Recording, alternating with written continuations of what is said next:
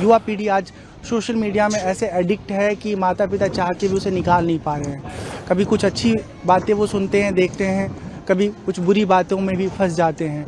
ऐसे में उनके पास एक बेहतर विषय होगा जहाँ पर वो देख पाएंगे, जान पाएंगे और अपने जीवन को आध्यात्म से जोड़ पाएंगे।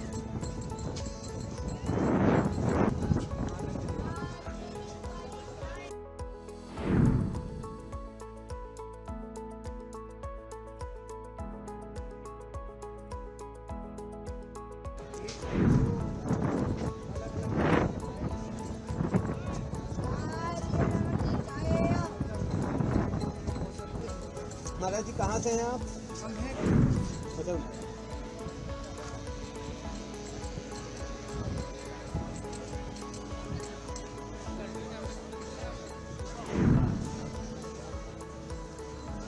अच्छा, नहीं आप तो मेरी तरफ से तो रेलेवेंस ये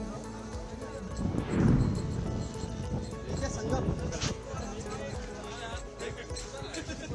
जब हम लोगों के बीच में जाएंगे तो वहाँ बहुत सारे ऐसे लोग मिलेंगे जो हम तक कभी नहीं पहुँच पाते और हम उनसे मिल करके, उनसे रूबरू होके उन तक पहुँच पाते हैं, अपने विषय को उनके सामने रख पाते हैं। और साथ ही साथ एक तरह का ये शोधपरक जीवन है, शोधपरक का कार्य है कि हमारी जो पीढ़ी है वो कितना समझ रखती है धर्म के बारे में, आध्यात्म के बारे में। सीताराम, नमः शिवाय, हरे कृष्णा। आप सबका संगम के किनारे, नमः शिवाय, हरे कृष्णा। हमारा नाम है स्वामी राम शंकर डिजिटल बाबा।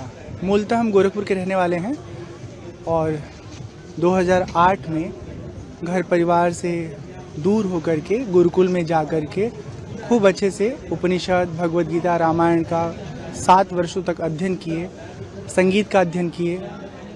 2017 से हिमाचल प्रदेश का एक ज़िला है कांगड़ा, जहाँ पर एक बहुत खूबसूरत सा स्थान है बैजनाथ धाम, वहाँ पर रह कर के अपनी साधना करते हैं। वहाँ हमारी कुटिया है।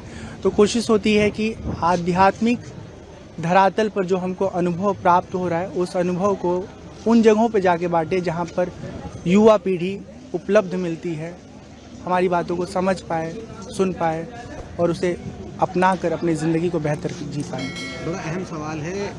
आपने बताया कि लोग आपको डिजिटल बाबा के नाम से जानते हैं। यहाँ पर भी हमने देखा कि तरह से तमाम लोगों से आपने युवाओं से मुलाकात करी, उनसे बातचीत करी, उनको हर की विषय पे उनसे चर्चा करी। बड़ी अच्छी चीज़ है। इस बार जो कुंभ है वो भी डिजिटल कुंभ है और डिजिटल कुंभ में डिजिटल बाबा का आगमन हुआ है, तो कैसे चीज़ें रहने वाली? ये बहुत अच्छी बात है कि जो कुछ भी गंगा के किनारे कुंभ मेला में हो रहा है उसे मीडिया जगत के द्वारा, हमारे जैसे लोगों के द्वारा उन लोगों को भी देखने का अवसर प्राप्त होगा जो दूर दराज में किन्हीं कारणों से नहीं आ पा रहे। और सबसे अच्छी बात है कि ये कुंभ सोशल मीडिया के हर दूसरे तीसरे पोस्ट में आपको फीड में नज़र आ रहा है। कहीं न कहीं कुछ अच्छी बातें लोगों को सुनने को मिल रही है, जानने को मिल रही है। युवा पीढ़ी आज सोशल मीडिया में ऐसे एडिक्ट है कि माता पिता चाह के भी उसे निकाल नहीं पा रहे हैं।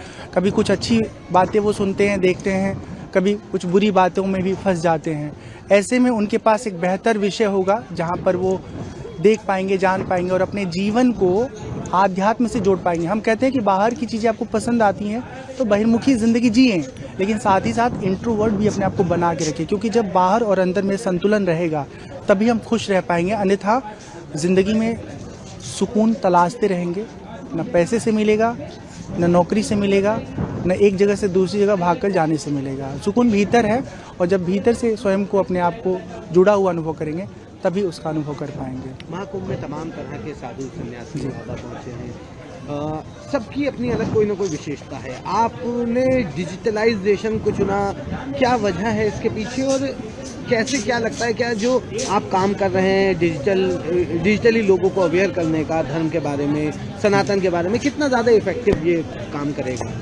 मुझे लगता है कि एक पंडाल में अगर हम जाके बैठ जाएं तो वहाँ पर कुछ गिने चुने अलग अलग आयु वर्ग के लोग हमसे मिलने आ सकते हैं, कौतूहलवश या नाम सुन करके। लेकिन जब हम लोगों के बीच में जाएंगे तो वहाँ बहुत सारे ऐसे लोग मिलेंगे जो हम तक कभी नहीं पहुँच पाते और हम उनसे मिल करके, उनसे रूबरू होके उन तक पहुँच पाते हैं, अपने विषय को उनके सामने रख पाते हैं। और साथ ही साथ एक तरह का ये शोधपरक जीवन है, शोधपरक का कार्य है कि हमारी जो पीढ़ी है वो कितना समझ रखती है धर्म के बारे में, आध्यात्म के बारे में, वो जीवन में भक्ति को कितना महत्व देती है। हम मिलते हैं, बात करते हैं तो मुझे बहुत अच्छा लगता है कि आज की पीढ़ी, आज का युवा वर्ग जितना वो दुनिया के चकाचौंध की ओर आकर्षित है, उतना ही वो धर्म को, आध्यात्म को भी समझने में दिलचस्पी ले रहा है।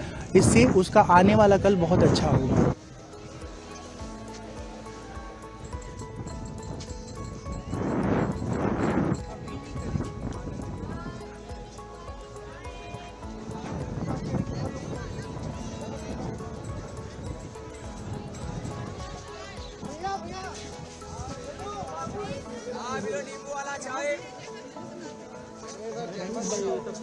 इनसे जानेंगे संगम के बारे में, कुंभ के बारे में, सनातन धर्म के बारे में, इनकी समझ क्या है। अभी भी पीछे का भाग रहे हैं, आगे आइए।